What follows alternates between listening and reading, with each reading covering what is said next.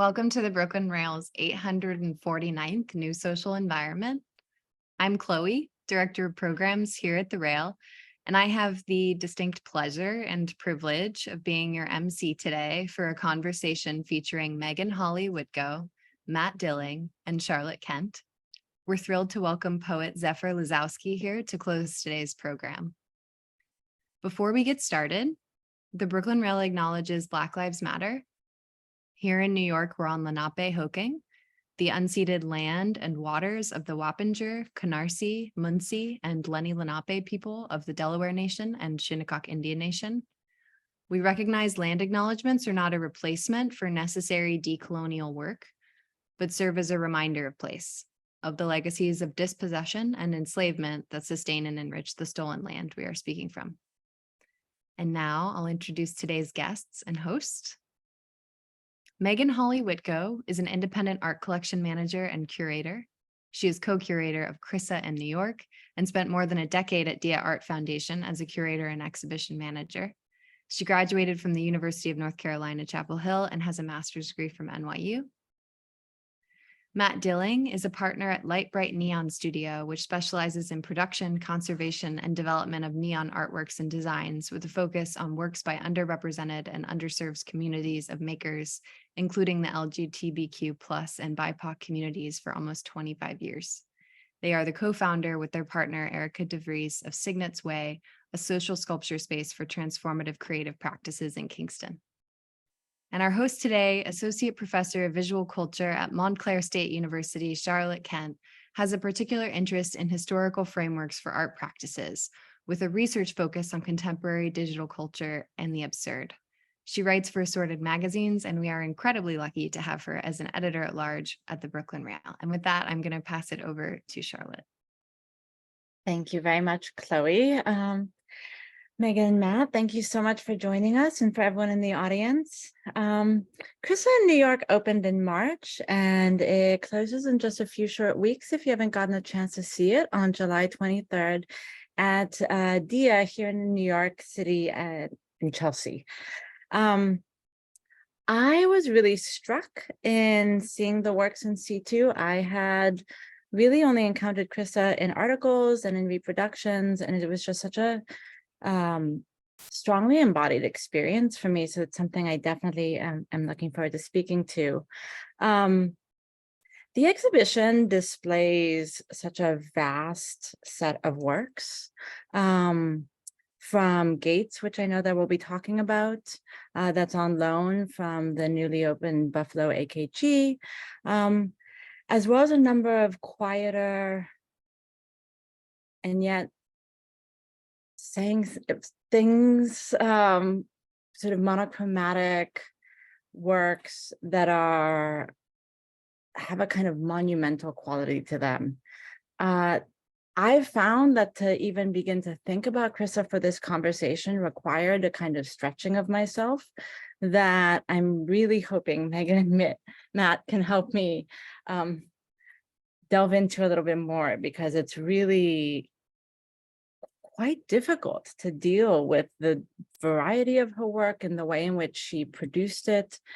So with that, I kind of just wanted to start by asking a sort of broad question, which is, why is Chryssa newly relevant now? Like, what inspired this really major exhibition of her works? Yeah, I'll jump in. Hi, Charlotte. Thank you for that wonderful introduction. So I appreciate that. So as Charlotte said, the show is going to close in Chelsea on July 23rd, but then it's going to have two more iterations in that it's traveling to the Menil Collection in Houston. The Menil Collection is our co-organizers, and then the last venue is going to be Wrightwood 659 in Chicago. So we're really thrilled it's going to continue to have presence. And why Chryssa, why now is a great question. I mean, this show has been in development for quite some time. It was something that when Dia's director, Jessica Morgan, arrived, I think it was 2015, it was something that she had the idea for from really an early moment, from the time that she started. And so it was something that we have been discussing at length since then, and really took quite some time to put together. mainly because there hasn't been a big show like this of Chryssa's work in so long. And so even to kind of locate the pieces, find the pieces, bring them together. And then also there was a lot of conservation that had to happen, which is something Matt can really speak to fully. But yeah, it's really, for me, I've been seeing these works just one at a time for so long, going to a museum storage space and seeing something in a basement or offsite. So to have them all here, all physically in Chelsea, in conversation with one another, has been really, really beautiful. And I think there's been kind of some interesting moments of surprise throughout that process. One of the things that comes up is the difficulty of naming Chryssa's practice, right? I think, Tina in her essay for the catalog speaks to the way critics said the works were too elegant and too formal to be pop, but they were also somehow too maximalist to be minimalist. They were too crafted to be conceptual. Chryssa is often known for being a light artist, which is something I know is important and I'm looking forward to speaking about, but at the same time also has these works that are not using light and that are, referencing print materials and are using cardboard and so forth. So, having spent so much time working, with these individual pieces and bringing them together, how did you start to wrap your head around Chryssa's practice? Yeah, I mean, in Chelsea, just by kind of the architecture of the space, we have one room, which you're seeing now on the screen, which is the first room you walk into, and that is very much the neon room. Most of the works in neon are there, and there's like the neon has like an audible hum in the air, so you really feel that as you enter the space. But then the room next door has mainly works that are reliefs, that are not electrified, that really cover a wide range of different series, different media.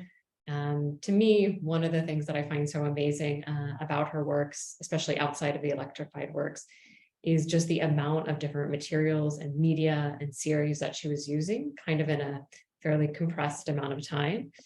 She arrived in New York for the first time in 1955, and only really settles in New York in 1958. But during the time from her arrival up until her first gallery show is in 61, her first museum show is in 61, she's really working through a lot of different series and a lot of different ideas. And they in some ways, they feel very disparate. But I think there is kind of an overarching structure to them, or a guidance to them. And a lot of that comes from her interest in Times Square, which is a place that we know was really important to her. It's a place that she visited in New York City in 1955 when she had first arrived.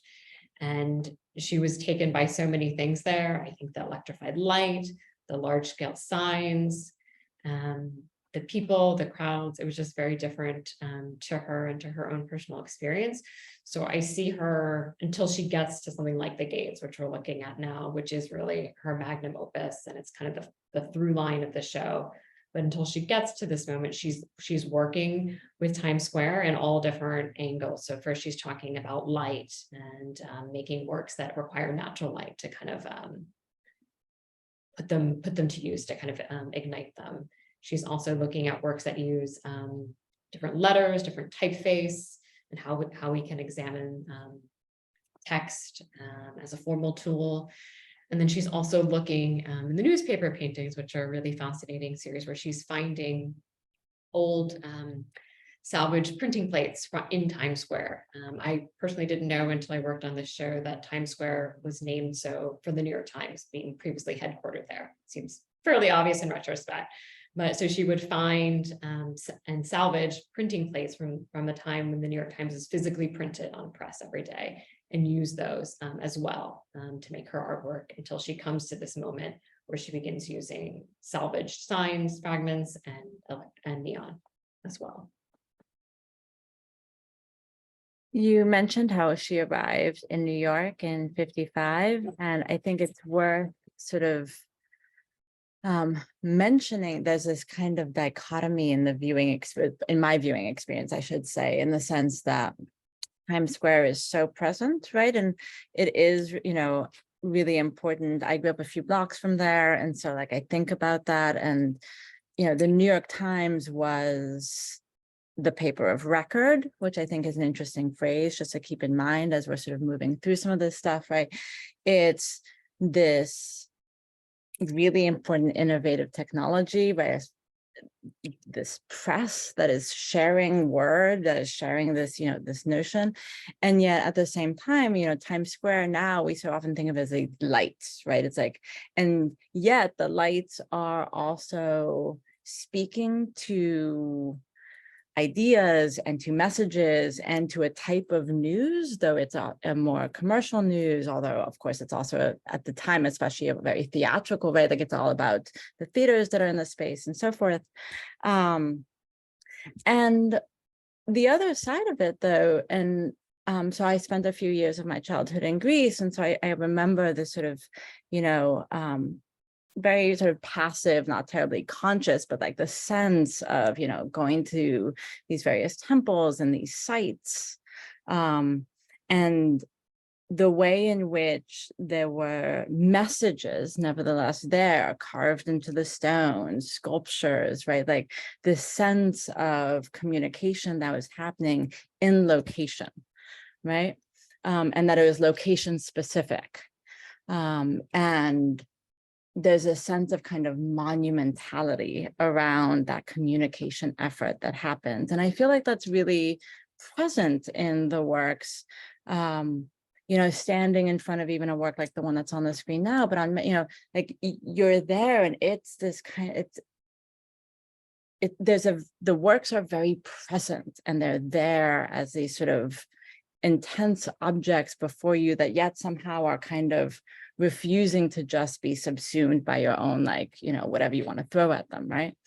And I was, as I was walking through the exhibition, moving around it, I was really struck by the sense that obviously there's a whole cultural dialogue right now going on around monuments and issues with monuments and the kind of sense in which monumentality can seem hierarchical or large scale, therefore making you small, right? Like there's these weird sort of additional affective things that happen around monumentality. And yet the works are also gentle, right? And I had this like interesting experience of like, I didn't feel reject, I didn't feel, right? Like, but it's a sort of disconcerting thing. So there's this directness, there's this gentleness. I wonder, it's a sort of broad question, but like, having curated the show, like, how did you tease out these different elements and how did you, I realize one room is sort of the electrified works and one room isn't, but like at the same time, it's not that simple, right? Like all the works kind of do this. And so like, how did you kind of situate this dimension of her work of both being on offering and also not holding back? Yeah, that's really beautiful. I love the way you put that. I think there's a sense too of that, we bring different things to the work and we find different meanings in it.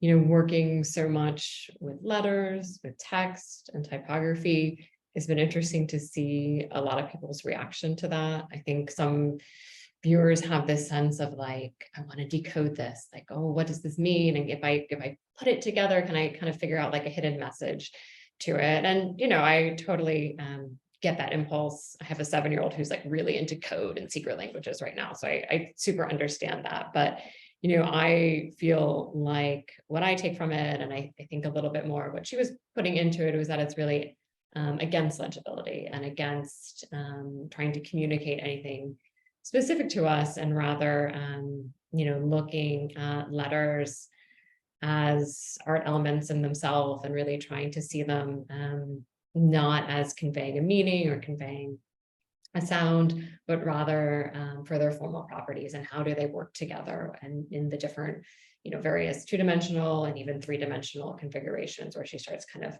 does the C still have the same meaning if it's pointed towards us, and can we even like perceive that it's a letter rather than just a shape as well. But yeah, I think there's definitely, I love that kind of like the gentleness and the muteness, as you're saying, where I think maybe there's an openness to what we're bringing to it and what we're taking from it. At the beginning, what I was thinking when you were starting is there's I don't know if we have the perfect image of it, but there's some beautiful two works in the show that are both from private collections that are, she calls them plaques, and they're works in metal that have a series of letters on them. I don't see it on the side, but everyone will have to go to the show and see it in person. But if you do, there's just two of them because there's a very small series. It's like this, but in metal. And it very much looks like something you would see at a historic site, whether that's in Europe, in Greece, or certainly we have sites like that within the United States as well. But it has that feeling of a plaque that you would see when you come to a historical site, except that the text is just a random array of letters. And it's, kind of taking that formal quality of a plaque, of something we would see at something that's sort of a marked site of importance, but taking away the legibility and the meaning of that, I would say.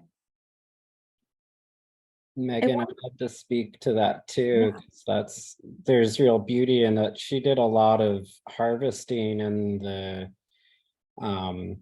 at that time, the Artcraft Strauss boneyard that was on the West Side Highway, and like those photos, like what was in Time magazine, there's those piles of old channel letters, and there's this like direct aesthetic relationship, I feel like, between the way all the old, breaking down letters are piled up and the way that Chryssa then took them and brought some order to it.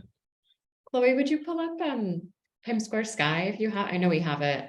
I think that'll kind of show what Matt's talking about in terms of these perfectly salvaged channel letters. And some of them you can read, and then some of them are just totally too compressed to make out.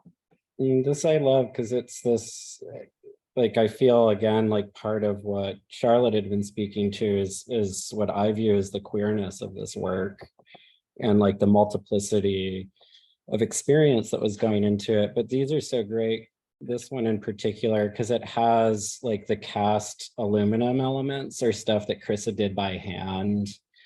The letters on top and the back letters are actually salvaged, and then you can tell, like, we looked at this, Megan, like that's not actually how the neon would have originally been bent in those channel letters.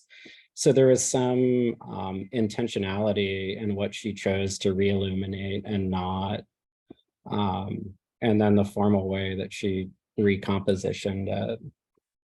Didn't you tell me that those letters aren't actually intended to spell air? She's kind of recrafted it to say that specifically. Yeah, I remember when we looked at it, like the last letter, it's clear how it was chopped, but that was probably from the middle of a word. And I think she added again, like there's so much beauty in this where she'd go in and just kind of slightly tweak things. So there's these found objects, but then there's a slight tweaking to them. And some of that is like these channel letters that were fragments, like she closed off and made complete, or the way that this A actually has the neon ending and restarting on either side of the E and the TE channel letter.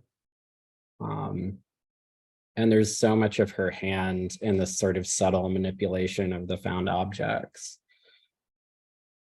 This one I love too. It's like, I was told Megan, I was thinking about how Chryssa was sort of like a compost pile, and that she like took all this stuff that was essentially garbage and broke it down and recreated it and brought it together and brought beauty forth through it.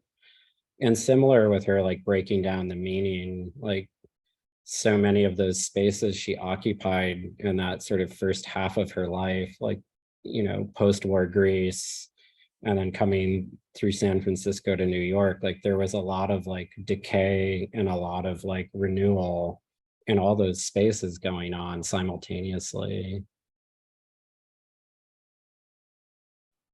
Actually, I mean, just because I'm so glad that you brought that up about that piece in particular. I love that piece, the Times Square Sky, and I very much like your 7-year-old want to like make things make sense, right? And then there's this wonderful release point when part of what makes sense is not sense making, is not about like this very ordered this structure, right? Like it's this space in which to sort of move through. But just because you started talking about the practice that she went through, Matt, and I think that this is this really interesting thing that I wouldn't have known about except for the interview that you did with Choi, is there were these technical details in the gates. You point to the fact that she's using, and I'm going to use the wrong words here and you're going to have to correct me, but like these large scale neon lights, and then she's bringing them into this smaller scale context. And the way in which, and you sort of brought it up there, but like she's taking materials that are meant in one place and bringing them into this other place. And the way in which Gates really sort of unfolds that. Can you just describe a little bit of that? Because it was just...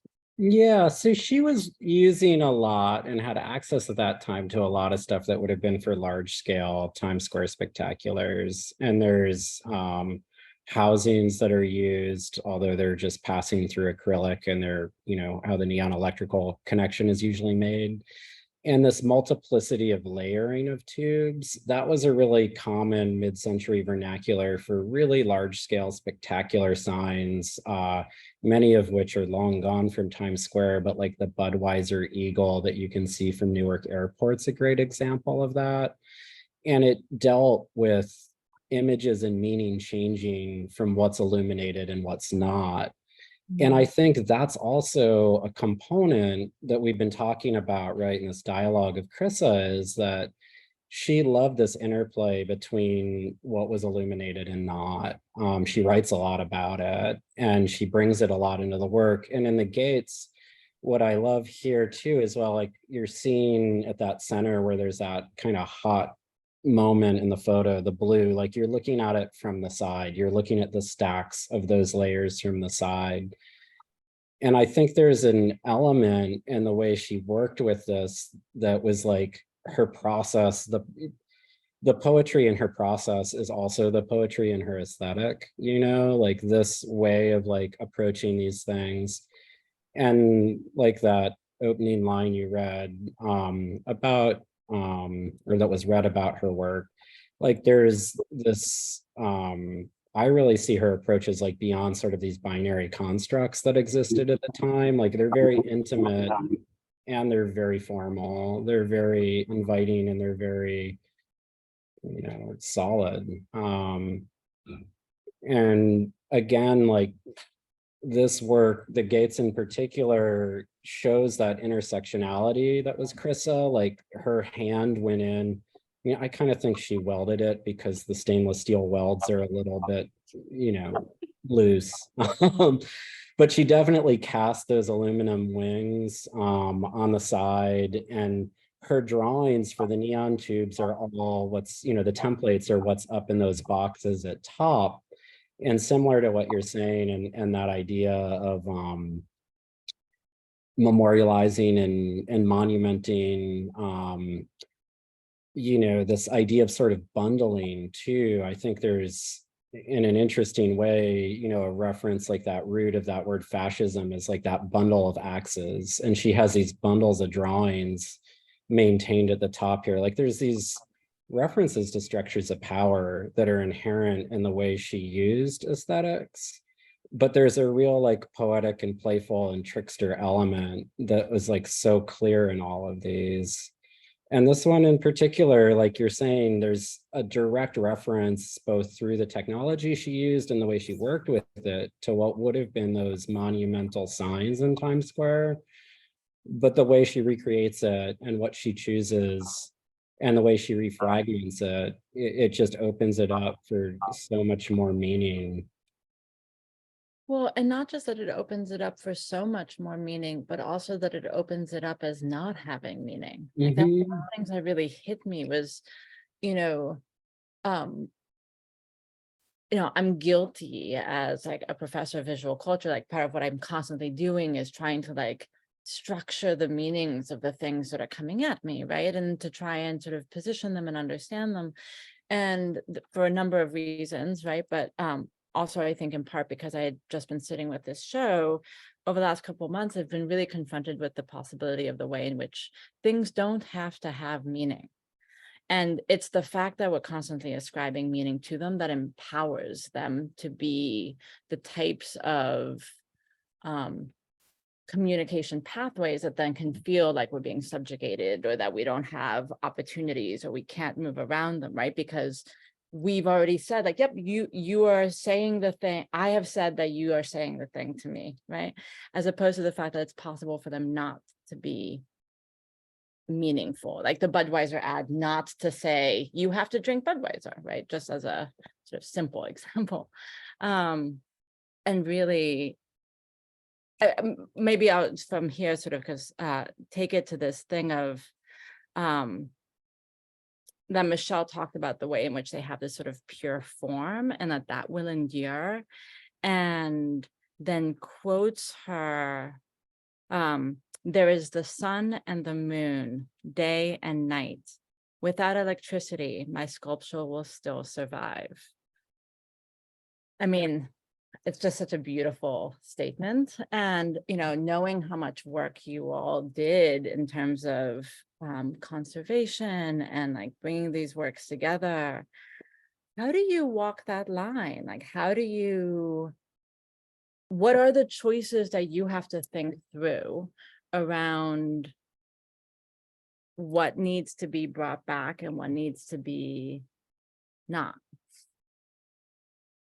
That's a beautiful quote. We all wanted to use that like 16 places in the catalog because it's so powerful. But I also kind of see the opposite of it, which is that like as a viewer, and again, once we had this experience where we had multiple neons in this room, I do think that, you know, we're inherently drawn to the electrified light, right? It's very visually exciting. And as a viewer, we really want to see that. One of my favorite pieces in the show is the Study for the Gates #2 from the Whitney, which is actually right next to the gates. And one of the things that I love most about it is the way, you know, when we first plugged it in, I think Matt, you were there as well. There was this moment and it kept getting longer and longer. We were like, oh no, this doesn't work. And then like right at that moment, when you have the doubt, it illuminates, but just for like the quickest of seconds. I think it's like on for 10 seconds and then maybe off for like 45 to 50 seconds. And it really feels like an unreasonably long time to be waiting for it. And I feel like there was like you know, playfulness, or maybe I want to say like a slyness in that reveal that I hadn't expected. And I feel like I could see her really wanting us at the viewer to be really waiting for that, so kind of that dramatic moment of the reveal and saying, you know, kind of like, well, I told you, you know, whether or not they're on, they're still fully formed sculptures in their own right, which is a beautiful idea and concept in and of itself. But Matt, why don't you speak to kind of, I mean, you all had a beautiful network and a very like planned, thoughtful conversations in terms of, you know, most of the work that was done was on neon restoration. So that is not something that was salvaged, but rather something that she worked with neon craftspeople in the 60s and 70s on. I mean, thus far, you know, Charlotte, the only work we encountered that wasn't able to be re-illuminated or recreated was the Clytemnestra 2 that she did for Documenta.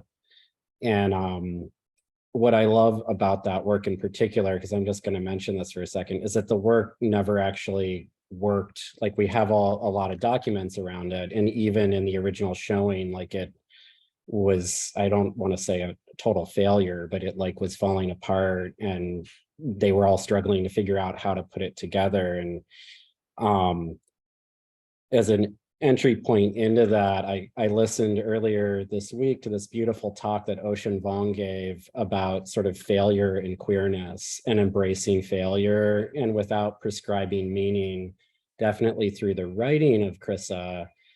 I think there was a real appreciation for failure and a space beyond the convention of what we'd see as function.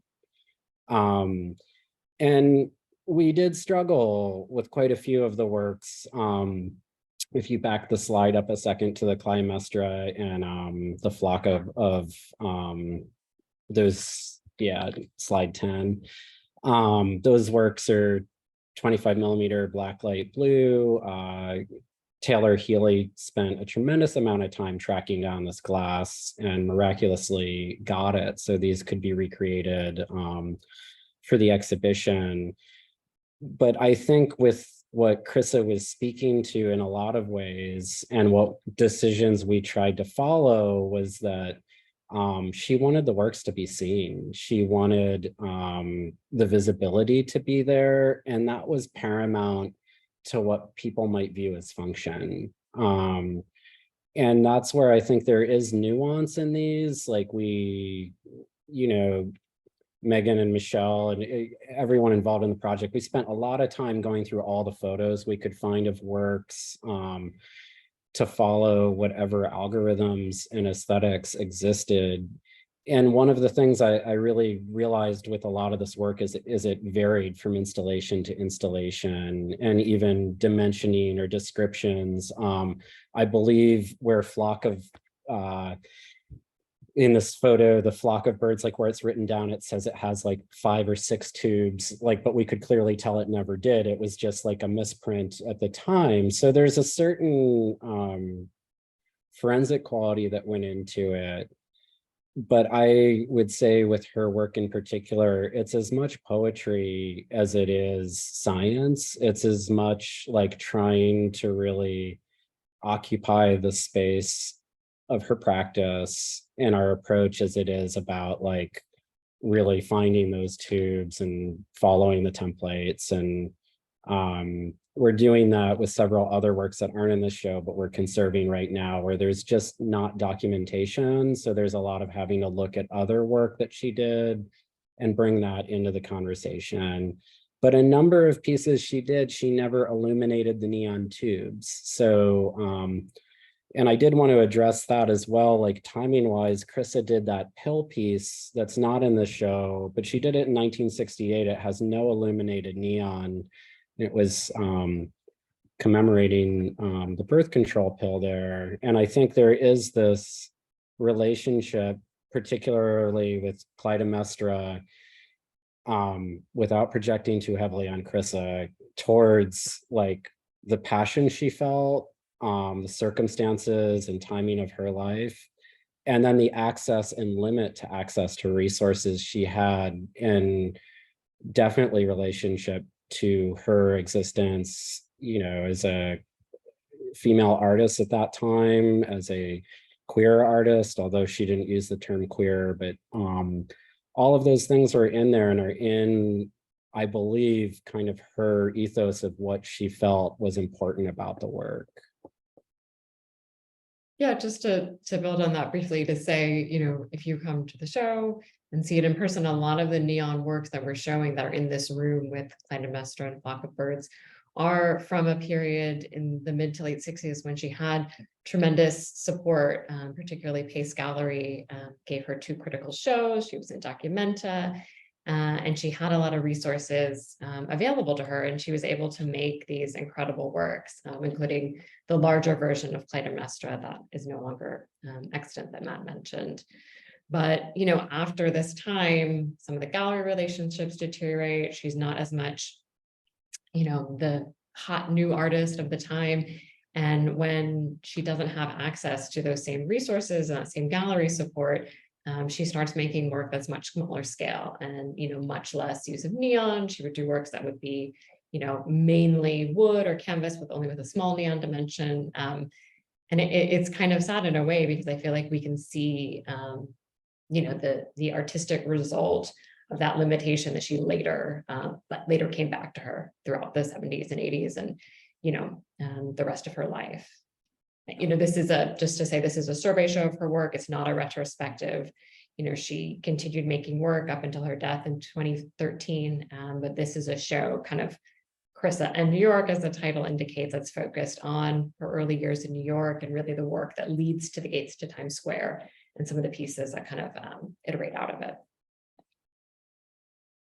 I mean, I think it's I was so struck. There's this moment of like flashing ideas in my head, Matt, when you said about the work, and there was this misprint in the flock of birds that it wasn't 5 to 6, right? That was just a misprint, and just thinking about this misprint, right, in the context of also this artist whose work is about, you know, the complicated layers of legibility or potentially lack thereof in some of these pieces, and the way in which there's an example of text with meaning that also doesn't, right? It was a sort of funny, and the way in which we struggle with that all the time, and maybe she just helps us observe the fact that that is happening all the time. Since we are here and we're looking at I can't remember what it's one work, and this is newspaper. I mean, there's a bunch of them, but this Paper is portfolio, yeah. paper portfolio. Thank you. I have to just say, I found this piece very witty. It was one of those moments when I'd been walking, I was like, oh, well, no, this is funny. This is a funny work. Like, I feel like she had fun making it, but also there's something slightly like poking fun at newspaper. Like and in part of that, just to explain, you know, as you're looking at it, I sort of read it, if you will, as like each of these pages is sort of like representing a different section of the paper, and yet also playing with the messaging that these different sections produce. And I have to say, I had not thought of Chryssa as funny before. Clever, certainly, like all these things, right? But funny hadn't really hit me. Did you, in your, like, as you continue to work with Chryssa, but like also in the show, like, did you also find humor that was there? Because I feel like that's just not something we talk a lot about with her. Yeah, I was interested, you know, you kind of sent me some of your thoughts in advance. 'Cause I mean, I see what you're saying. I can't say that it's something that I came to.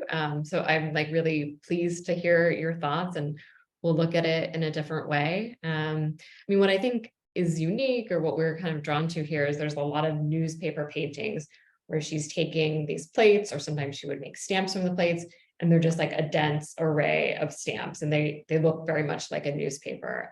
But this one, it's a screen print. So what's unique about it is you have, you know, the original newspaper elements, you know, there's crosswords, there's weather maps, but you also have her hand in it. So it's like an interplay of those that you don't really get in the newspaper paintings. So you have her kind of, it's almost like she's marking up a newspaper with her kind of thoughts, as you're saying, Charlotte. You can kind of like see more of her thinking in it, in a way that I don't think you're getting from the newspaper painting. So it has kind of like that lightness to it. Yeah, no, I like that. I'm gonna sit with that more. But I mean, not to repeat myself, but I think for me, the most kind of playful gesture I saw was when I saw some of the neon works illuminated in sequence, in that sense of like really making us wait for it. An interactivity that I hadn't really, like, she knew that we would be waiting for that to turn on, that we would be watching for that. And that was kind of, for me, the most kind of playful moment, I would say. What about that there's only so much that you can put on a hot dog? I mean, that's That's a quote that from I think it's an unpublished interview she gave, where she talks about there's only so much you can put on a hot dog, in reference to kind of Oldenburg, and you know, there's only so much meaning that these tropes can take as well. You're right, that now that I think of that unpublished interview is pretty funny. Yeah, I had a sense that she knew the interviewer, and there's like a lightness and kind of a banter there. but also telling Betty Parsons that her name is an anagram for Tibet. Like, I feel like there is an element of the absurd, and I also feel like there's a certain level of signifying going on in Chryssa's work, where it's like not being able,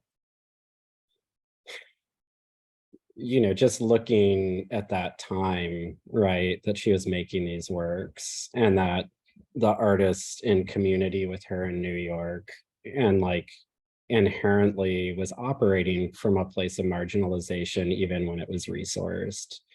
And I think like the humor is a way of like reconciling opposites, and it's a way of like saying without saying, or like, you know, and part of what I see in the humor, because I do actually see like a lot of humor in the work, is the way that she's able to have a container for her frustration and her broken heart. And like Clytemnestra so specifically, I feel like speaks to the like, you know, the oppression that was being experienced. I mean, it's this scream, this reference to like actually being able to express. And like that, I think, comes through more, maybe more in her writing or the way she talked about the work. But for sure, it's something that's there. It's also, I mean, also just because we're looking at these, just thinking about her use of cardboard, right? And making it seem like it's these, you know, important tablets, these sort of major, like, she makes it seem more substantial than it is, in a way that is actually kind of, I mean, this is what I think, Matt, maybe you're talking about in terms of the queering, right? Granted, she wouldn't have used this language. And one of the things that's interesting actually is thinking about how we don't have words for some of the things we want to try to articulate. Like, what is the word for gentleness and brute presence, right? Like, what is the word that can like bring these things together? That we don't have that language kind of speaks to the difficulties of being able to be of expressing a type of experience and existence that isn't already codified, right? But I wanted to say, you know, I was also just thinking in terms of, Megan, what you were saying about, you know, the shift from the neon into, you know, this work with language and the newspapers and so forth. I thought, I mean, it is the sort of moment that did make me think, you know, about the way in which at the time there was this conversation around technology as being more than just something you plug into a socket, right? And the way in which Marshall McLuhan is very explicit about the fact that language is a technology, right? Not just the printing press, but like language itself. And the way in which that these are tools and that these are like systems in which we operate really starts to become apparent, in part because in the newspaper works, she's making them illegible, right? Like she's, it isn't what you think it's supposed to be. And I guess one of the things, you know, I was thinking of, Jonathan Katz wrote, again in the catalog, it's a really great catalog, everyone, if you get a chance. That syntax as a stand-in or metaphor for the way individuals can fine-tune their own meanings entailed an abiding faith that the old codes could be called into service as agents of a new sociality. And then he speaks about the way in which Chryssa, through unwriting, the unwritten could finally rewrite the world.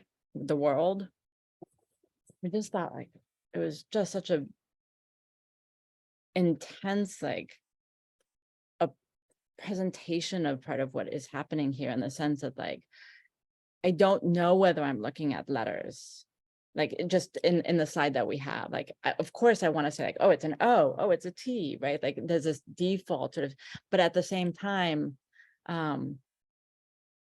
that's not the point of what I'm looking at, right? You have to get into it and sort of look at it and like why these shapes and how it's been formed. And so it suddenly becomes about something other than the abrupt syntax. And then at the same time, I felt like the syntax of my own sort of visual decoding that we sort of, you know, on and off been talking about is also disrupted. And,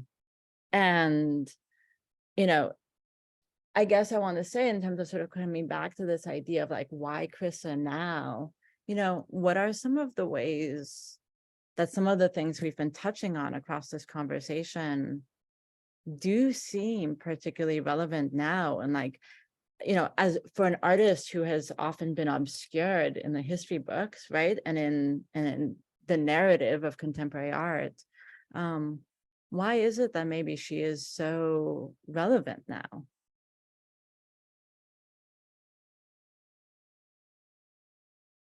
I'll jump in and say one of my favorite works in the show, where I feel like I can see this most clearly, is the 5 variations on the ampersand. I know we've seen that on the screen earlier, which is a loan from MoMA. And it was actually, there it is. It was actually intended to be 5 singular pieces, and MoMA purchased this set of 5, and so it exists as a group. And what I love about this is I feel that I can kind of understand what she's doing with the syntax, as you're saying here, because it's really hard to look at a letter form and not see that first and foremost as a letter, as the meaning that we know. But something about the ampersand form and the way that she's kind of broken it down in all these different ways. The one on the right is kind of the ampersand in absentia.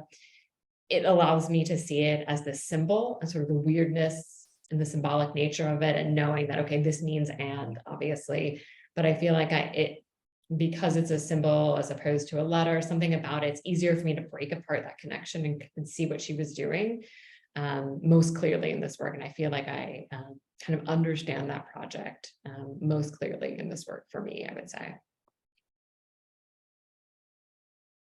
Yeah, I'd love to add to what Megan's saying, Charlotte, and I feel that I feel curious if it's that there's a renewed importance, or if it's that things have shifted and people realize how important this work is and has been.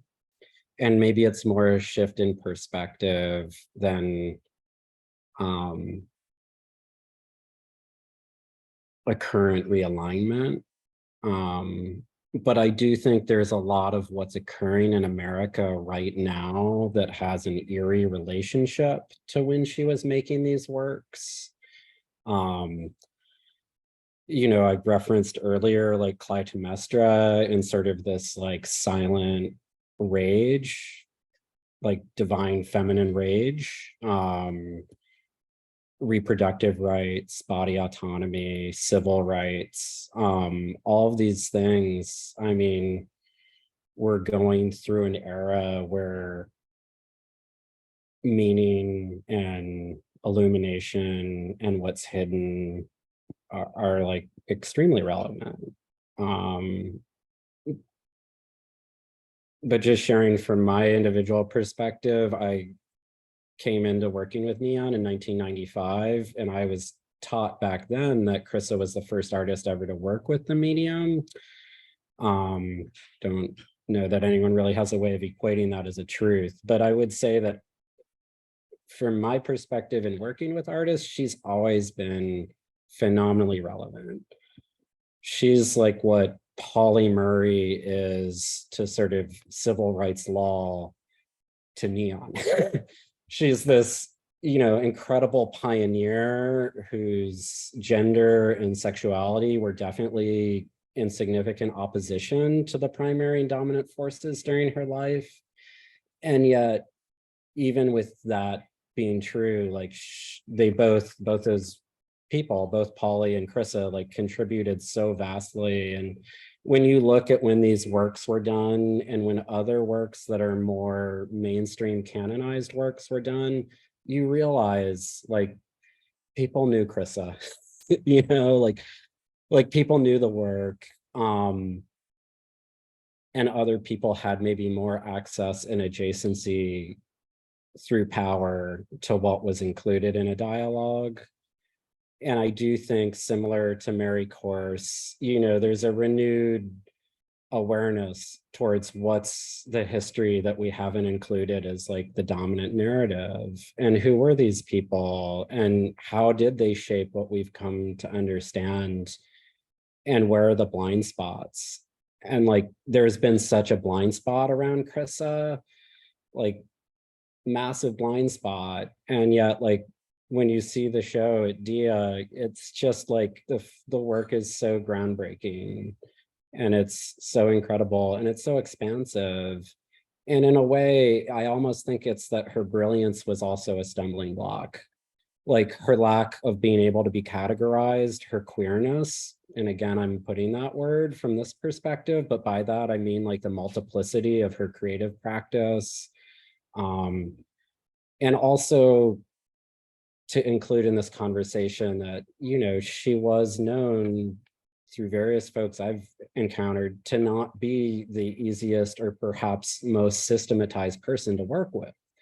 So there's also this linearity that we view around artists' work. And like, you see how much she hopped around geographically, aesthetically, practice-wise. It becomes hard to like categorize, and there's more appreciation for that multiplicity now than I think there has been historically.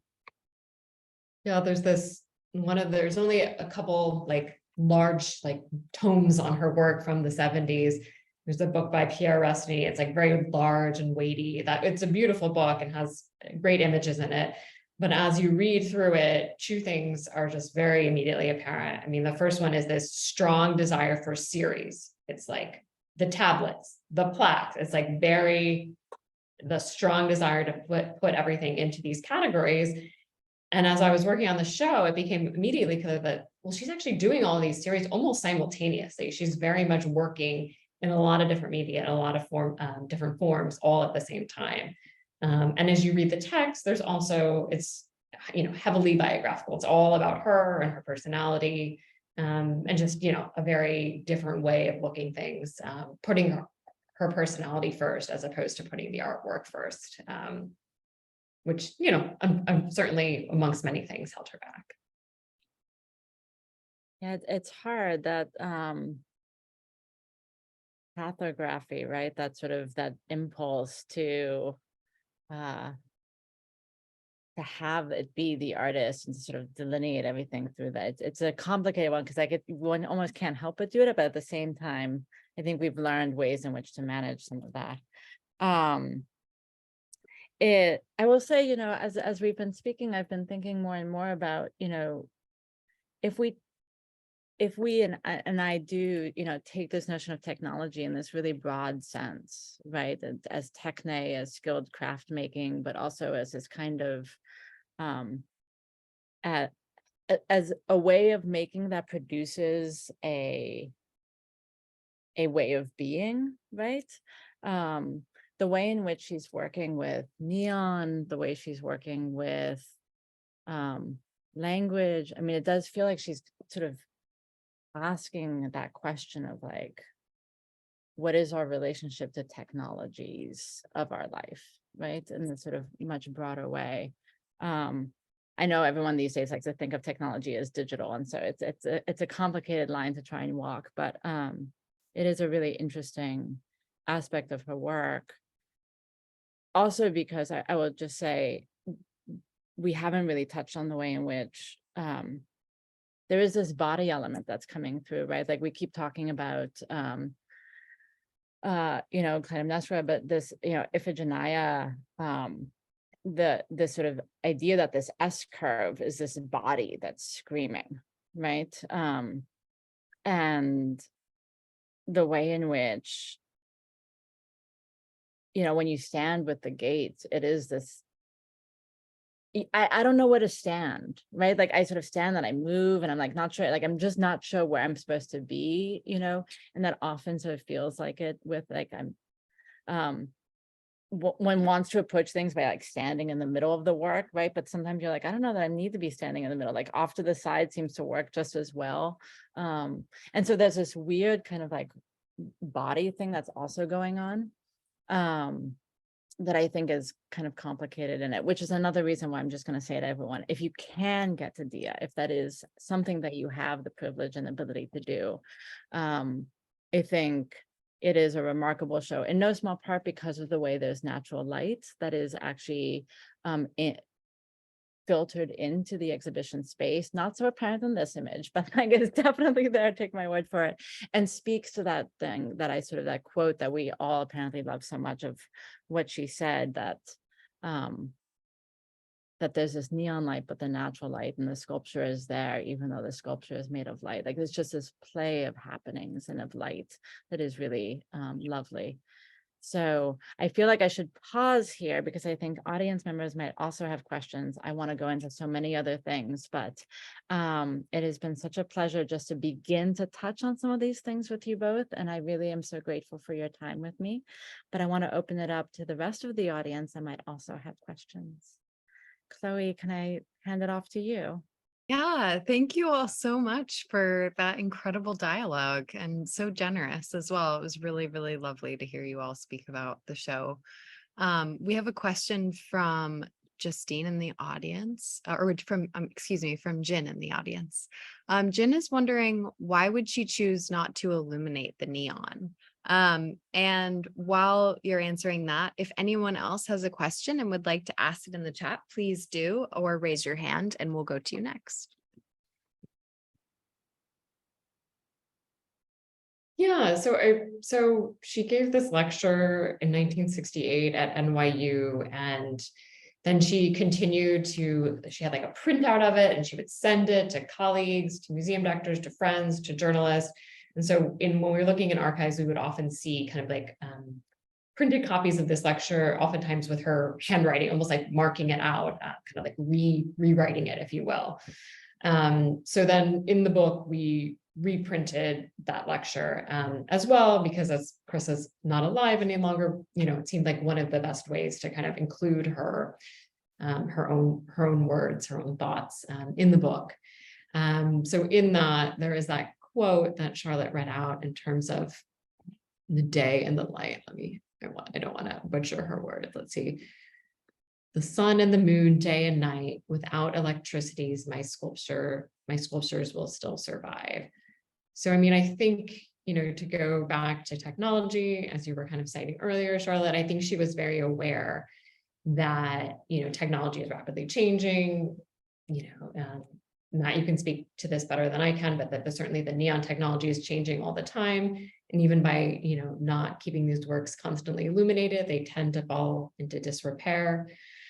So I feel like she knew that there would be future iterations of this electric technology, and was kind of making an allowance in terms of saying that, if in the future they are no longer able to illuminate, that they are still sculptures in their own right, that they are still very much art objects as well.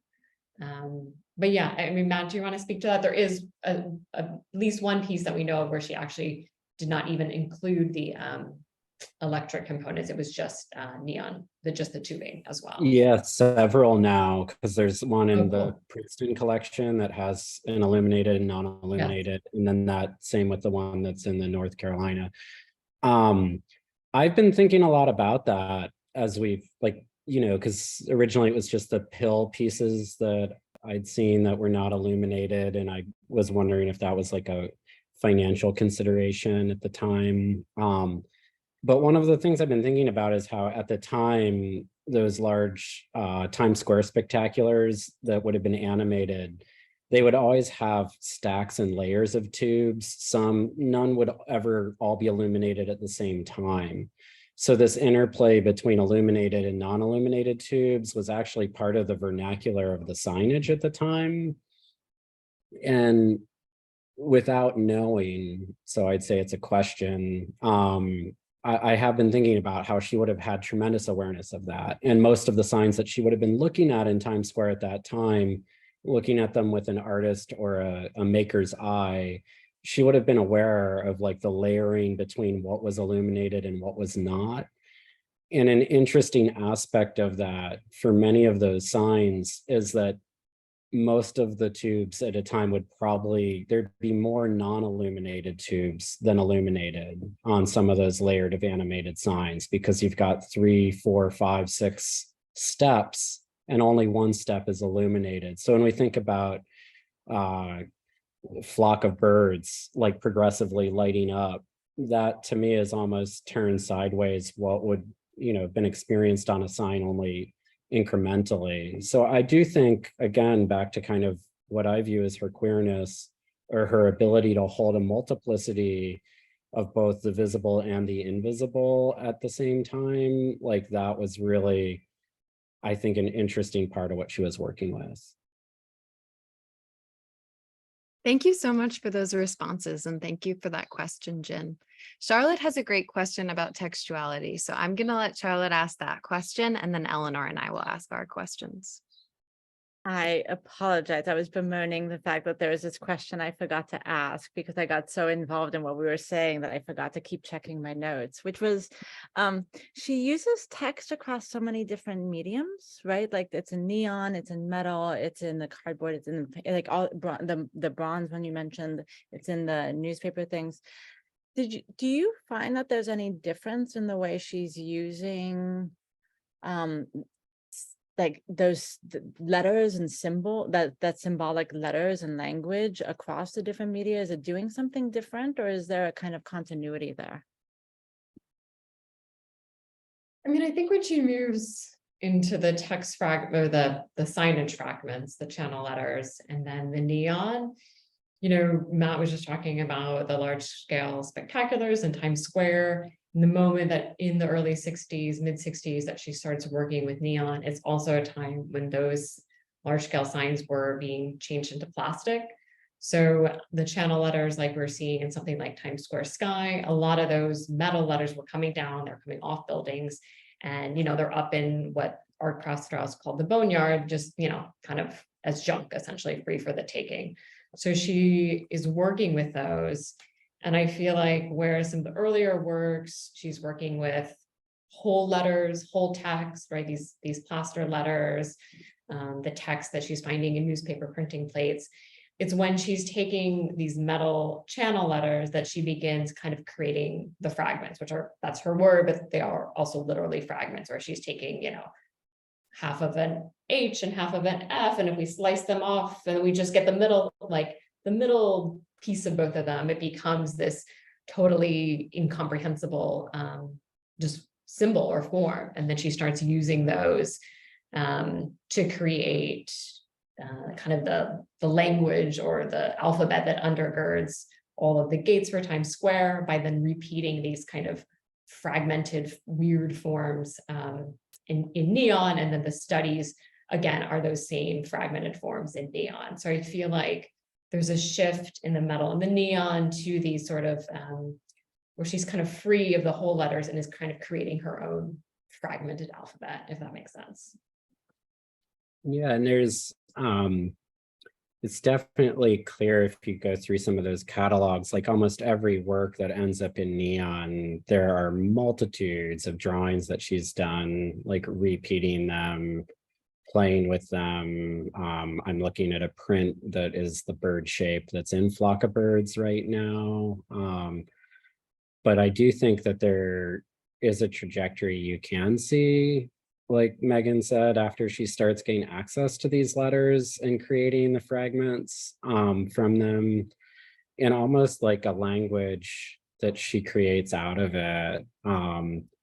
Thinking about like the written language of Cherokee. When Sequoia developed that language, Sequoia had access to books in Cyrillic and, you know, English. So Cherokee has these characters that look like they, you know, are Cyrillic characters or Roman characters that don't relate to their use in those languages. And Chryssa kind of had that herself. Like she creates her own visual language. And there's this aspect of that too, that's like where the forms break down, the meaning begins, that's really replicated. You know, I think like Clytemnestra makes me think of that, but also that Flock of Birds, which, you know, can at times kind of look like an S shape or an M turned sideways. And even the gates, which is like clearly this you know, form, but also so abstracted. Like it's a theme throughout the work for sure, Charlotte. Charlotte, I love the way you're talking about the gates being this bodily experience. And I just have to say before we close that anyone who saw the gates in the 60s, particularly like at the Jewish Museum, loves to tell me that like you were originally allowed to walk through it, which like would be amazing. And it has that sense of passage. And like, of course, I would love to do that, but just logistically and from a protecting the artwork stance, we're not able to do that. But it does have this sense of a passageway and, you know, like an arch that's kind of drawing you in. And I love this idea that in in its original early iterations that visitors were allowed to pass through as well. Thank you for that question, Charlotte. And thank you for those replies, Megan and Matt. The next question is going to be from Eleanor. Thank you, Chloe. And thank you so much, Megan and Matt and Charlotte, for this amazing conversation. I'm going to go see the show later today, so really excited. I'm wondering if you could speak to kind of who Chryssa's main inspirations were, if you know, and also kind of how she got started with using the medium of neon, which I think is a pretty unique one, especially for the time. Yeah, I mean, she was originally working as a social worker when she was quite young in Athens, but she was always interested in painting and kind of plugged into the art scene there, and is kind of advised to go to art school in Paris. So she, through Paris, through art school there, she meets some of the surrealists, André Breton, and is kind of inspired by them. Yeah, I'm struggling to answer this question of inspiration fully, because it's also not something that she talks about a lot. I mean, I definitely think those early years, it's really only 1 year that she's in Paris before she comes to New York City, is definitely a formative year. But I think she's also inspired by her peers. You know, she's close with Agnes Martin. She's close with the other artists working at Quenty Slip at the time. Lenore Tawney is another peer artist that I feel like she's very interested in and inspired by. And you had a second half of the question, and I apologize, it left my mind immediately. It's all good. Thank you for that answer. My other question was, how did she get started with using neon as a medium? Yeah, I mean, we don't know exactly. I do feel like it's something that's in the air at that time in the early 60s. You know, François Morellet, Stephen Antonakos, like there's a lot of people turning to neon at that moment in different iterations, both like the type of neon that she's working in, where it's like a bespoke, where you're working with a craftsperson, blowing the tubing, or, you know, versus someone like Dan Flavin, who's, you know, really interested in kind of the ready-made neon off the shelf. So I feel like it's something, you know, in terms of how can we expand the art object, what other media can we explore? How can we use, instead of using light as a tool in art, how can light itself be art? I feel like that's very much in the air in the early 1960s. And a lot of different artists are turning to it at different times. But she's certainly someone who, you know, I think it's important to establish how early she's looking at neon. You know, we have examples from as early as 62, but we think she's exploring it before. So she's really one of the first, many artists certainly working at that time, but she's really one of the first. To add to what Megan said, I mean, I think, you know, there was this very small community, like we think of the art community as small, but it was even more microscopic at that time. And I do think she found inspiration in what was overlooked. Like, I think that's maybe a more abstract take on what you're asking about. But there is this interesting parallel that Megan brought up earlier to, at that time, like neon was becoming to be something that was more signifying of obsolescence than of like the American dream. But even in sort of some of her references, I think there's a sense of finding beauty in wreckage and beauty in failure. And I think that's a thread that goes from growing up, you know, in post-war Greece and coming to the city at that time, you know, like the New York City trash strike of 1969, I think about in relation to her work and how much of her work she got out of the garbage. But also, I know this is just me wanting to drop this in because I love it so much, but you know, it's 1968, we have Stormy at Stonewall, and then 1982, we have Chryssa at the Broken Kilometer coming in and kicking Walter De Maria's piece and saying, tell them Chryssa was here. And I do feel like the reason that's important is that a lot of her work was really in opposition to patriarchy. And it was clearly in there. It was clearly in there. And she was in this community. And like, you know, these are other, for the most part, white cis het artists that are being championed in her community. So I think there is a certain amount where that relates both to the work she was doing, but also her inspiration through opposition. Yeah, that's beautifully put. She didn't really oftentimes talk about other artists as reference points. So it's kind of something we have to imagine for ourselves. Thank you so much. Thank you. Thanks for those questions, Eleanor. I'll ask the last question today. I have a couple for you.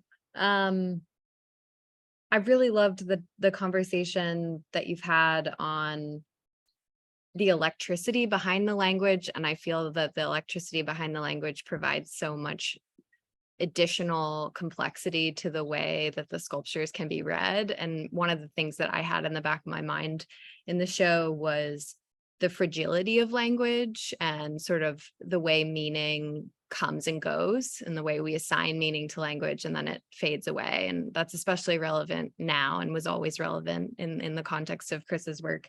And I wonder if you can shine a light a bit on her practice as a writer.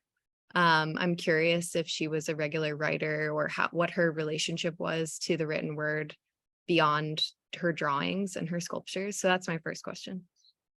Yeah, so I mean, I mentioned already this NYU lecture that she definitely like typed out and would circulate and recirculate with like handwritten, almost like edits on, right? Things were crossed out and added. And beyond that, what I spent a lot of time reading was her correspondence. So she didn't often have a lot of like published articles or things like that, but she was a prolific correspondent or corresponder, maybe is a better word for it. So there was a lot of letters to people throughout her life. Dominique de Menil, there's a journalist, Rosalind Constable. She wrote lots of letters to her. Betty Parsons archives, which are all available online. She wrote wonderful letters to Betty and even like a few drawings and postcards and things like that. So yeah, it was really, she seemed someone who expressed herself through that. But was not someone who was, publishing articles or commenting on other artists' works. I love that it was through correspondence. That's really interesting and another layer to the work. Matt, I want to give you a chance to respond too before I ask the second question. Yeah, I was thinking, and I'm going to botch the translation anyhow, but there's in the Tao Te Ching, there's a line about, we sculpt a cup out of clay, but it's the space inside that matters. And that thing about where like language breaks down, meaning begins, and how prevalent that is in Chryssa's work. But also like back to the earlier sort of what Charlotte's read about the humor is there's like a lot of humor in language. It's all made up, and when we start to like get into it, there's so many layers there. And I feel like Chryssa had a real passion around that comes through in the work. And definitely, like Megan was saying, like her letters to Betty Parsons are artworks. Like they're in and of itself like incredibly beautiful artworks. And like more so than was she a writer, I definitely think she was a poet.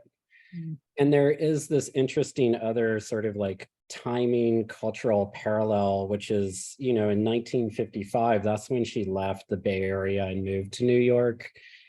And that's also when the journal, well, the Daughters of Bilitis started publishing, I think the lesbian journal, The Ladder, like right around then as well. And so there's this connection sort of between Greece, queer history, mythology, and, the gay rights movement.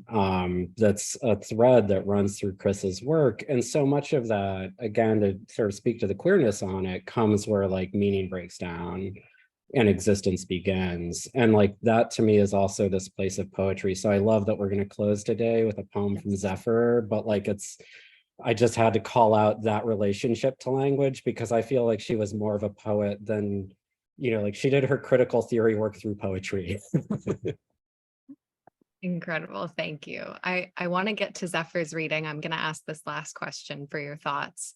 Another thought I had while looking at the works was building a relationship to place and a relationship to a city at a specific moment in time. And I feel like there's a lot of interpretations of architecture in Chryssa's work and a strong line to urbanism and to industrialism at that time. And I wonder if each of you can talk a bit about that too.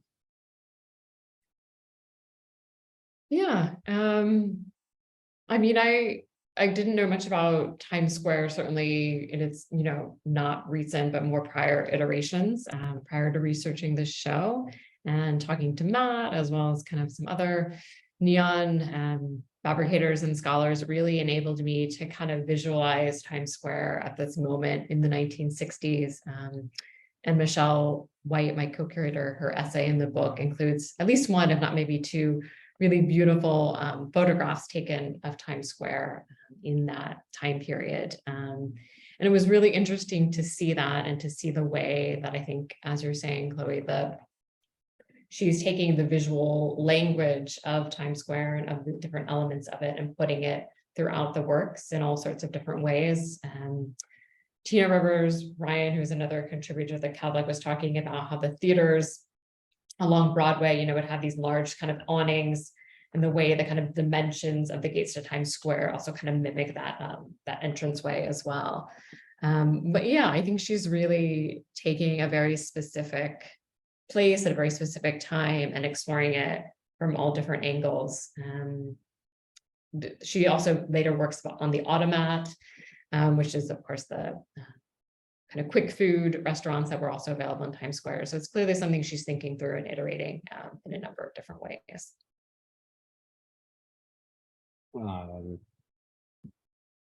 I was thinking about that. There's the Athens Charter was in 1943 when she was growing up. And there is a lot of this, like, what do we make order out of the chaos of the war in the mid-century? And there is a real orderedness to her work. There's a lot of chaos in it, but there's a real orderedness. And that, I think, is a direct reflection on a certain level of like Times Square.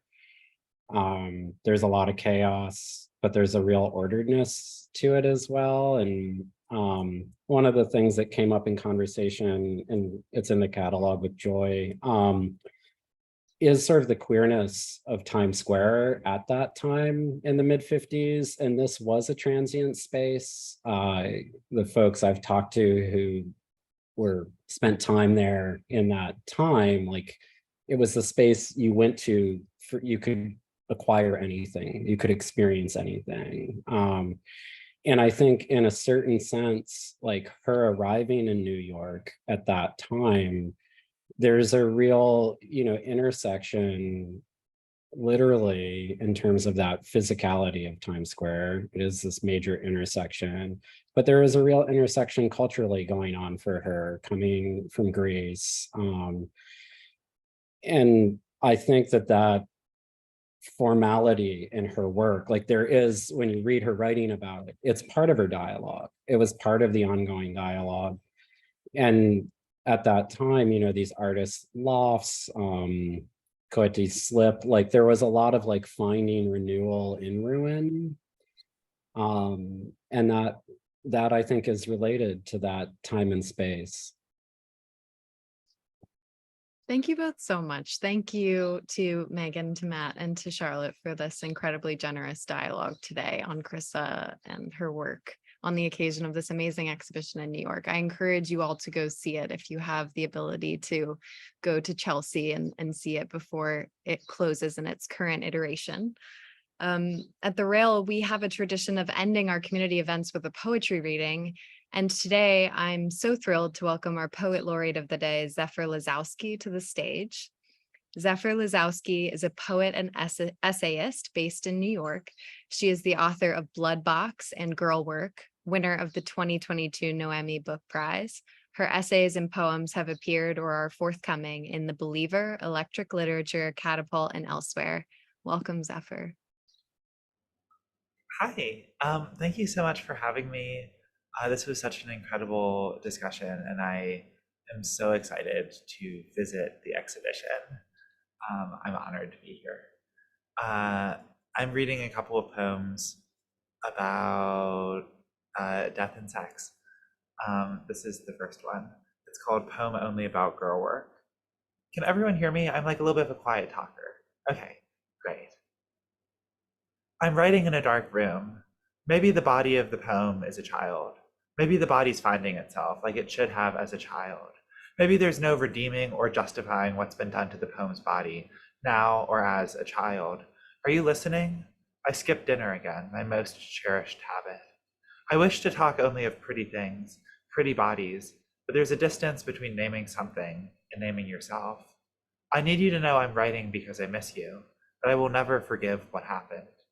Poem, I don't need to tell you what happened, but I'm finding myself in it, even as we speak, as I write again towards this body so many have ran on already. All their comments, comparisons. When does telling yourself you're pretty cease to become a mechanism for staying alive another day? I'm writing this in my handheld machine. I'm Venmoing my friend for a slice of pizza. My teeth are too long, I'm an animal. Of course I care about every single word I hear. Poem, ignore everything I say about myself. Thick hair, obscured genitals, all of it. I'm standing in my bathrobe, reading the comment section one more time. I'm washing the filth off my face. I'm holding on with a meanness so abundant it could be taken for grace. Poem, I don't know what I think, but have I ever? Now I'm standing up too quickly. Now I'm stopping for water when I need it. Now I am 29, a sudden crush of flowers. I'm here. I'm alive. I'm in the bathroom, looking at you, mirror, flesh bright and unbruised against the frame, air crisp as well water, held by the great, fucked, flawed beauty of the whole. After. We live in a state of emergency, emergent. Loss, he said at the funeral, measures a life. I dream of things we won't miss. Capitalism, religion, never death. Death marks tiredness. Death happens when the work is done. But the work is never done. The world is still here. Even the earth is tempted by eternity. Even birds grieve. On miracles. Annus mirabilis means year of miracles, an aspiration. I aspirate when I am happy, when I am lonely too. Yes, there are miracles everywhere. A lover's lips, the rare drippings of meat on the plate. One cannot sing without breath, or, for that matter, live. Our world is kinder now, more blessed. When the cow receives the bolt through the head, neither she nor the machine feel a thing. I'm vegan, maybe that's in foreign context. I think I have time for one or two more poems, and I just wanted to ask, how ribald are we feeling? Like how, I want to do a temperature check of the room. Like if, let's see, I'm going to use emoji reactions because I think everyone can do that. Give me a thumbs up if you want something that's like mildly sexy, but not really about that. Give me like the party horn if you want something that's filthy. You don't have to do something filthy. I'm not trying to pressure the room or anything. I'm just trying to genuinely gauge the audience here.